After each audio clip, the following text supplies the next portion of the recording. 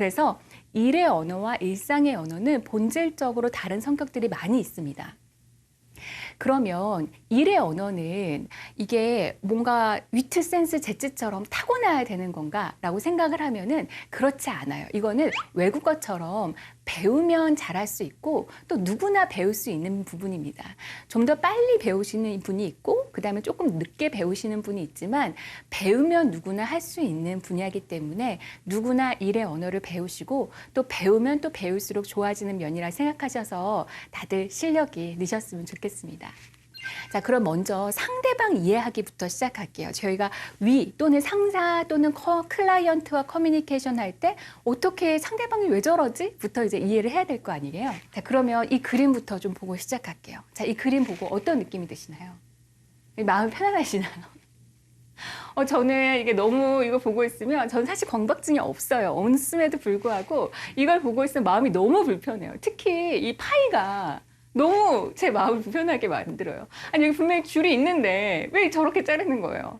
이걸 보면 멀쩡한 사람도 평소에 특별히 강박증이 없고 성격이 괜찮은 사람도 이걸 보면은 마음이 불편해진단 말이에요. 이거와 마찬가지로 대부분의 상사나 클라이언트가 보기만 해도 마음이 답답해지는 부분이 분명히 있습니다. 자, 이게 꼭 기억하셔야 되는 하나의 용어가 있는데 이 얘기를 강연 때마다 하면은 다들 되게 많이 웃으세요. 자, 어떤 얘기냐면 대부분의 상사나 고객은 주의력 결핍 증후군 환자분들이세요.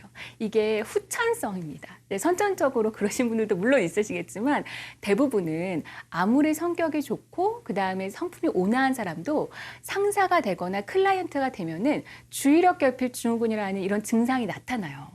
자, 그러면 어떻게 되냐? 우리가 보고하잖아요. 보고하고 있으면은 두 가지 중에 하나가 모습으로 나타납니다. 뭐냐면 결론이 뭐야? 이렇게 얘기를 하시거나 아니면은 조용히 딴 생각을 하고 있어요.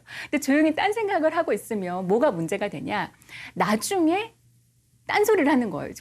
생각해 보세요. 실무자분들은 본인들이 하고 있는 뭐 굵직굵직한 업무가 한 10개 정도잖아요. 물론 자잘한 것까지 합치면 되게 많죠. 그런데 굵직굵직한 걸 차면 10개 정도 돼요. 그럼 만약에 팀원이 5명이면 50개, 10명이면 100개예요. 1시간 후에 있을 미팅 생각, 아침에 사장님이 지시하신 내용, 그다음에 클라이언트가 어제 급하다고 요청했던 내용, 이런 것들을 생각한단 말이에요. 그래서 상사들은 항상 머릿속이 복잡하다라고 생각하시는 게 맞습니다. 자, 만약 당신이 어떤 것을 간단하게 설명하지 못했다면 제대로 이해했지 못했기 때문이다라는 말이 있는데요. 제가 더 좋아하는 말은 이거예요. 내가 무슨 말을 했느냐가 아니라 상대방이 무슨 말을 들었느냐가 중요하다. 자, 이 말을 기억하시면서 가볼게요.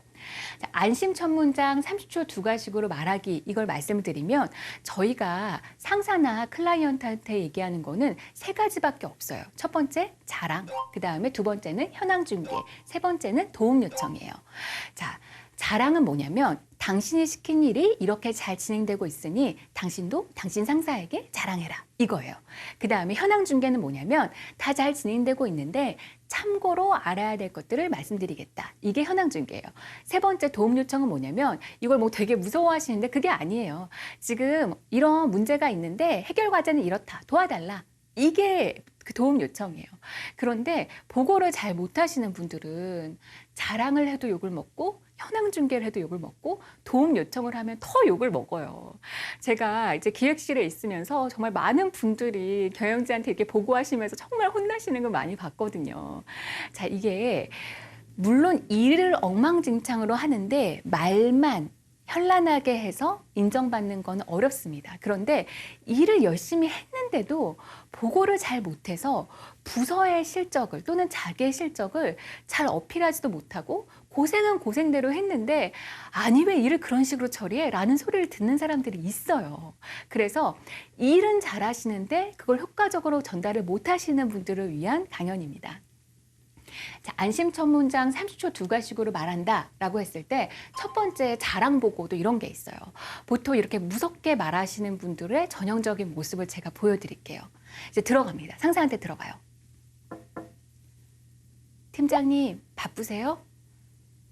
얼굴을 봤을 때 기분이 별로 좋지 않아요. 그래서 왜요? 저 대표님실에서 전화가 왔어요. 왜? 아, 저번 달에 제가 했던 그 A 프로젝트 있잖아요. 일단 기억도 안 나요. 기억도 안 나는데, 근데, 아, 그걸 대표님이 직접 보셨었나 봐요. 그래서? 이렇게 얘기 들었는데 결론은 뭐냐면 이제 대표님이 그 프로젝트를 보고서 너무 마음에 들어서 식사 한번 같이 하자. 그래서 약속 잡으려고 전화를 한 거였어요. 자, 이런 좋은 얘기를 이렇게 무섭게 얘기를 해야 됩니까? 그런데 많은 분들이 자기 자랑을 먼저 앞에 넣는 분들이 많아요. 이렇게 이분들은 그 자랑을 먼저 이렇게 앞에 길게 얘기를 하고 그 다음에 얘기를 하면은 내 말이 점점 클라이맥스로 가서 효과적으로 전달될 거다라고 생각을 하지만 이거의 전제는 뭐예요? 상대방이 내 말을 집중해서 들을 거다잖아요. 그런데 제가 아까 말씀드렸죠. 주의력 결핍 증후군 환자들이시고 그다음에 두 번째로는 우리의 말하고 있을 때 기승전결로 안 하면 중간에 딴 생각을 한다고 말씀드렸잖아요. 자, 그래서 앞에 자랑을 얘기를 하다 보면은 자랑인지 얘가 큰 사고를 쳐서 변명하는 건지 알 수 없기 때문에 화가 이미 이렇게 난 상태에서 신경이 날카로워져서 듣게 돼요. 이 상황에서는 좋은 얘기를 하더라도 좋은 소리를 듣기가 어렵습니다. 자, 그러면 안심 첫 문장 30초 두 갈식으로 어떻게 말해야 되겠어요? 좋은 소식이면 앞에 얘기를 해주세요. 좋은 소식이라고. 아까 똑같은 사례로 한번 말씀드려 볼게요.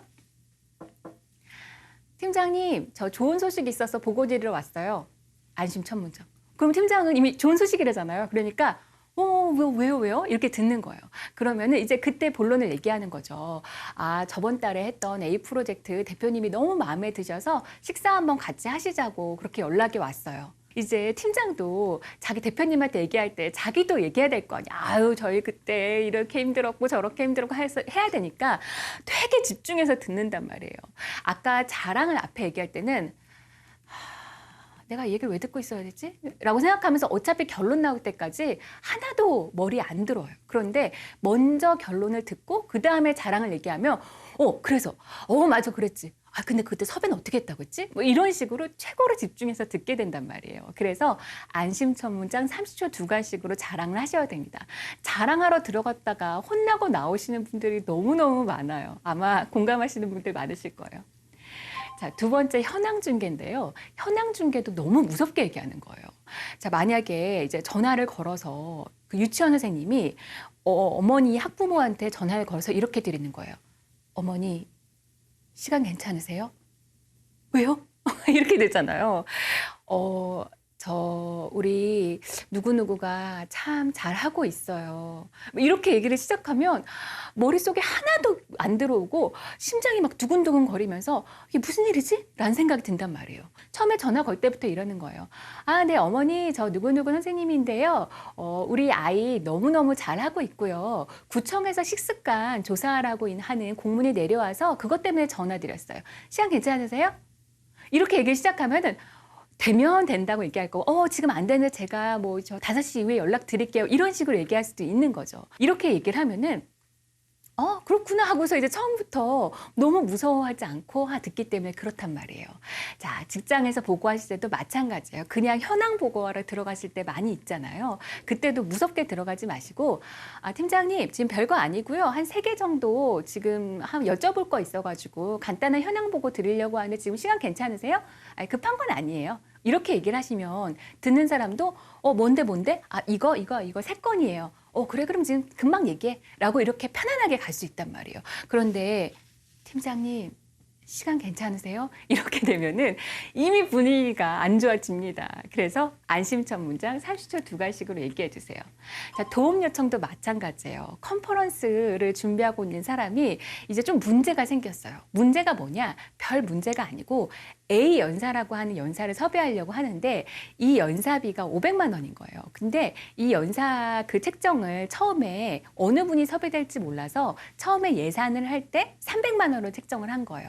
그래서 이제 200만 원 이제 증액하면 되는 거죠. 근데 규정에 어긋나는 것도 아닌데 재무팀 최 과장님이 막 안 해주려고 하는 거예요.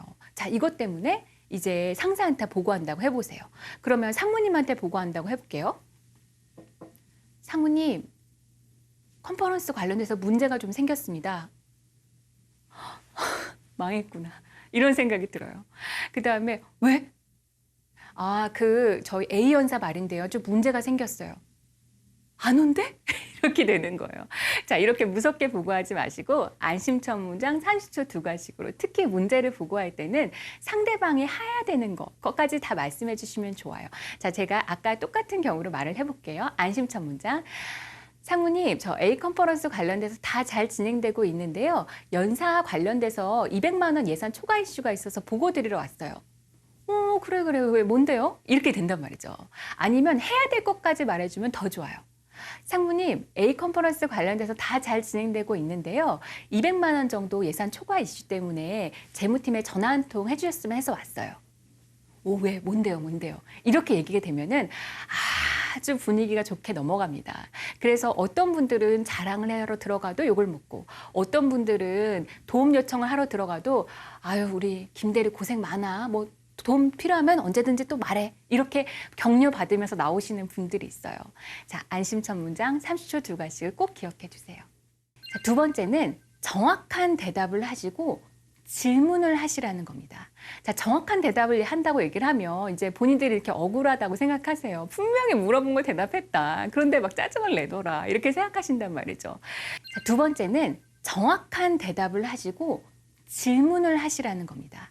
자, 정확한 대답을 한다고 얘기를 하면 이제 본인들이 이렇게 억울하다고 생각하세요. 분명히 물어본 걸 대답했다. 그런데 막 짜증을 내더라. 이렇게 생각하신단 말이죠. 자, 분명히 물어본 거에 분명히 대답하지 않는 분들이 너무 많습니다. 제가 예시를 보여드릴게요. 자, 이런 경우요. 김대리, 아침 먹었어요? 오늘 조찬회의가 있었어요. 먹었다. 안 먹었다.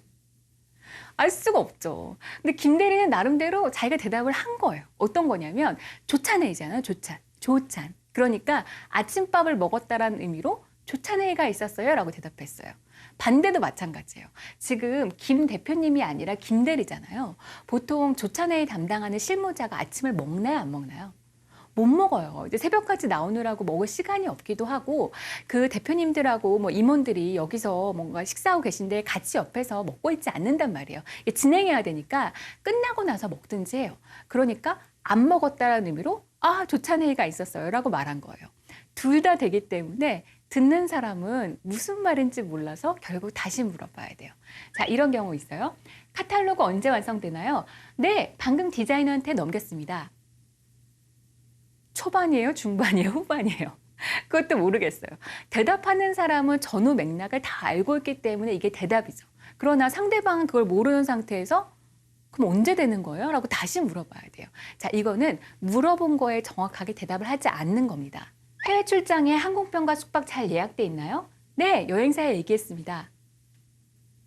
여행사 얘기하면 되는 거예요? 자리가 늘 있나요? 아니죠. 그러니까 자기는 대답이라고 생각하지만 대답이 아닌 것들이죠. 자, 정확하게 물어봤는데 물어본 거에 대답하지 않는 분들이 너무 많아요. 자, 그러면 이건 어떻게 대답해야 되냐? 김대리 아침 먹었어요? 네, 먹었어요. 오늘 조찬회의가 있었거든요. 아니요, 안 먹었어요. 오늘 조찬회의가 있었거든요.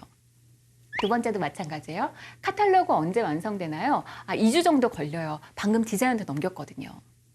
되셨죠?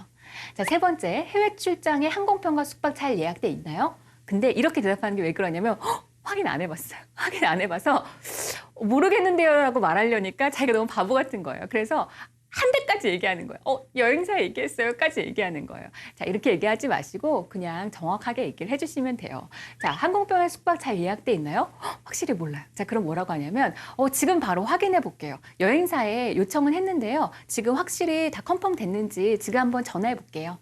이러면 되는 거지. 자기가 알고 있는 것까지만 살짝 대답해서 상대방이 눈치 못 채기만을 기다리고 그러시면은 결국 상대방은 다시 물어봐야 돼요. 이게 커뮤니케이션이 정확하지 않은 것도 문제지만 저 사람이 꼼꼼하게 일을 처리하지 않는다는 생각이 들어요. 그리고 자기는 이렇게 말을 안 한다라고 생각하시는 분들은 아닙니다. 정말 난당인다 하는 임원분들도 경영진한테 보고할 때 한 80%가 이렇게 대답하세요. 그래서 본인이 경영진한테 보고하거나 상사한테 보고했는데 처음엔 기분이 좋으셨는데 한 조금 지나면 막 화를 막 내시는 분들이 있어요. 자, 그런 분들은 계속 물어봤는데 계속 다른 대답을 하시는 거예요. 자, 그래서 물어본 거에 정확하게 대답하시는 거. 이거는 꼭 습관을 가지셔야 돼요. 그리고 나는 그렇게 말 안 해라고 생각하지 마시고 80% 이상이 그것도 정말 실무자 때 일 잘하기로 유명하신 분들도 이렇게 실수를 하시니까 의도적으로 고치시는 게 좋습니다.